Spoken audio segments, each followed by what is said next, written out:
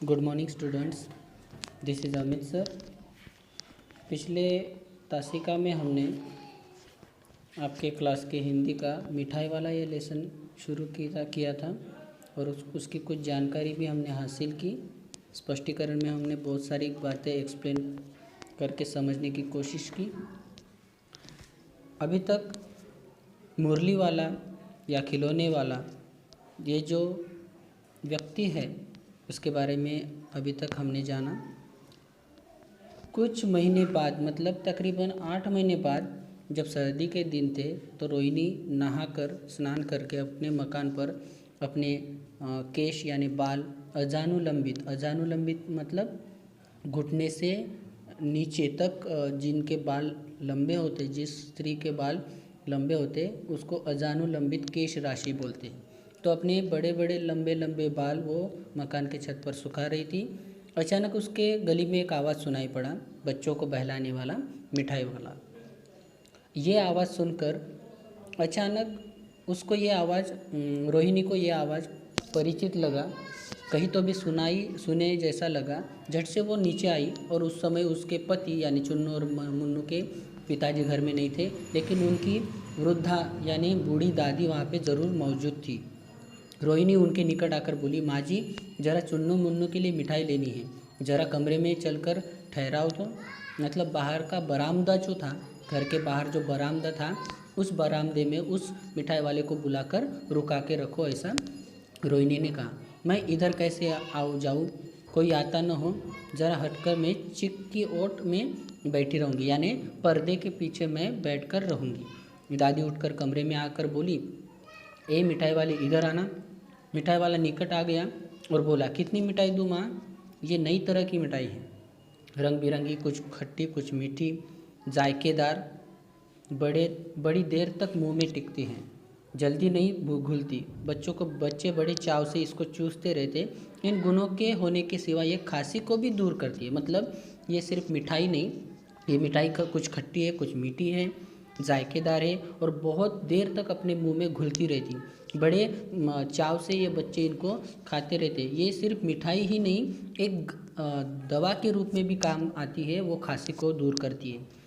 कितनी दूं? चपटी गोल और फाकदार गोलियां हैं, पैसे की 16 देता हूँ। मतलब 1 पैसे की 16 गोलियां देता हूँ। दादी जी बोली, 16? ये तो बहुत कम है, भला 25 तो दो।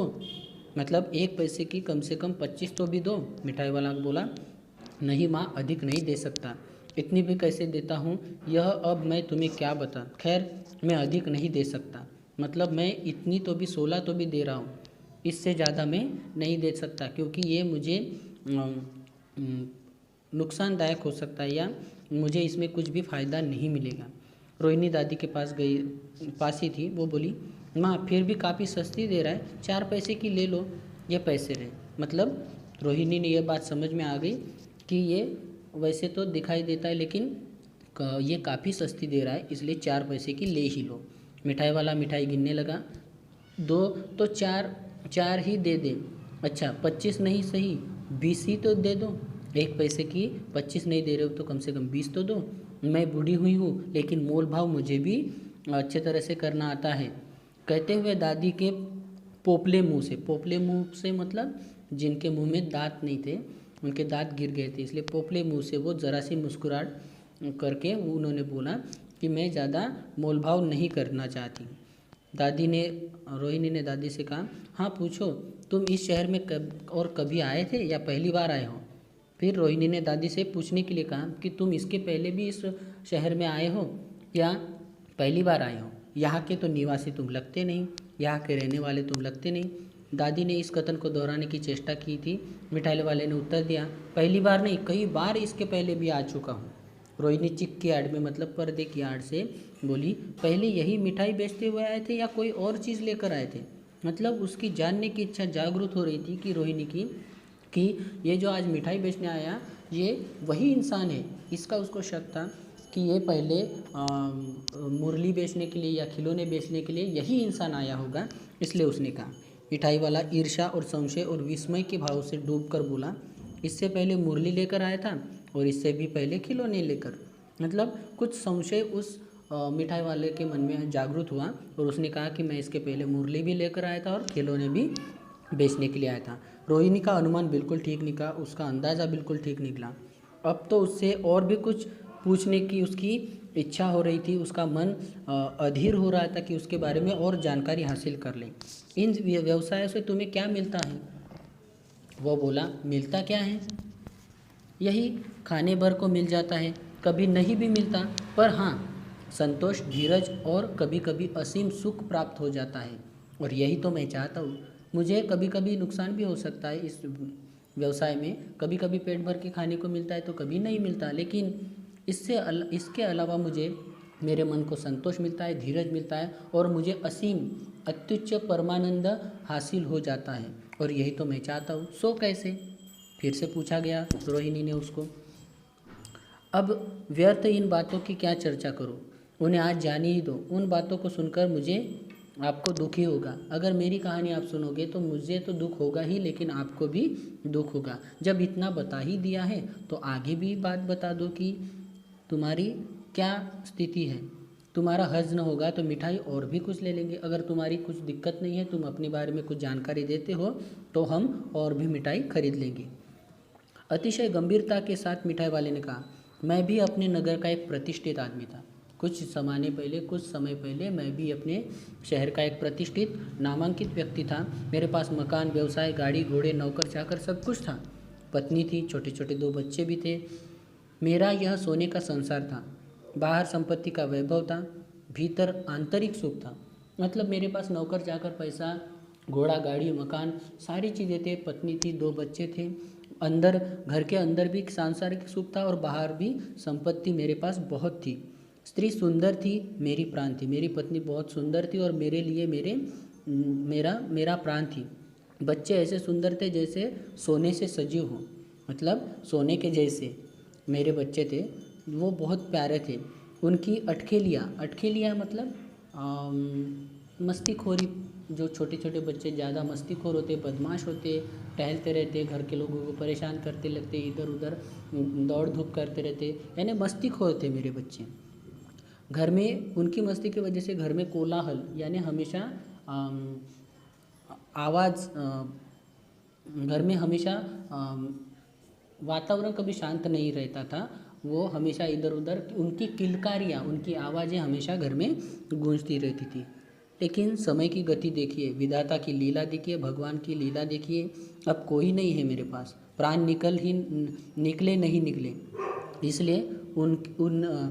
इसलिए अपने उन बच्चों की खोज में निकलता हूँ। मतलब कुछ ऐसे हादसे हुए कि वो मेरे से हमेशा के लिए छिन गए, इसलिए मैं अपने बच्चों को बाकी के बच्चों में ढूंढने के लिए निकलता हूँ। वे सब होंगे तो आखिर यही कही, मेरे बच्चे मेरे पास अभी फ़िलहाल तो नहीं, लेकिन इन्हीं बच्चों में मैं अपने बच्चों को ढूंढता हूँ। आखिर कहीं न कहीं तो जन्मे ही होंगे।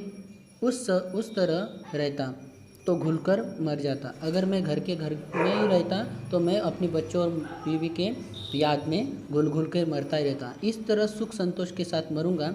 इस तरह के जीवन में कभी कभी अपने उन बच्चों की एक झलक मिल जाती है। इन समाज में जो बच्चे छोटे छोटे हैं, उनमें मेरे अपने बच्चों की मैं छवि ढूंढता हूँ, उनकी झलक ढूंढता हूँ।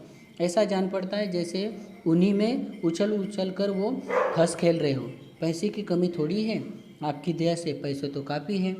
जो नहीं है इस तरह उसके पा लेता हूँ। मेरे पास इस व्यवसाय के माध्यम से पैसे आते, मेरे 2 वक्त का गुजारा निकल जाता है। लेकिन जो चीज़ मेरे पास नहीं है, मेरे छोटे छोटे बच्चे, मैं इन बाकी के बच्चों में उनको ढूंढकर वो भी सुख हासिल करता हूँ। रोहिणी ने जब मिठाई वाले की आँख की ओर देखा तो उसकी आँखों में आंसू नजर आए, उसकी आंखें तैर गई। इसी समय सुन्नू मुन्नू आ गए। रोहिणी ने लपक कर अपना आंचल पकड़कर बोले, अम्मा मिठाई मुझसे ले लो। मतलब वो बच्चे अपनी माँ के पास गए और माँ हमको भी मिठाई चाहिए। उस मिठाई वाले ने कहा कि मुझसे ले लो। कहकर तत्काल कागज़ की 2 पुड़ियाँ मिठाई से भरी मिठाई वाले ने चुन्नू मुन्नू को दे दी। रोहिणी ने भीतर से पैसे फेंक दिए। मिठाई वाले ने पेटी उल्टाई, कहा, अब इस बार पैसे नहीं लूँगा। रोहिणी ने पैसे देने की कोशिश की, लेकिन मिठाई वाले ने पैसे वो नहीं लिए। दादी बोली, अरे ना अपने पैसे लिए जा भाई। तब तक आगे फिर सुनाई सुर सुनाई दिया, आवाज़ सुनाई दी, उसी प्रकार मादक और मृदुल स्वर गाते हुए वो कहीं दूर निकल गया, बच्चों को बहलाने वाला मिठाई वाला। इस लेसन के प्रश्नोत्तर हम अगली तासिका में देखेंगे।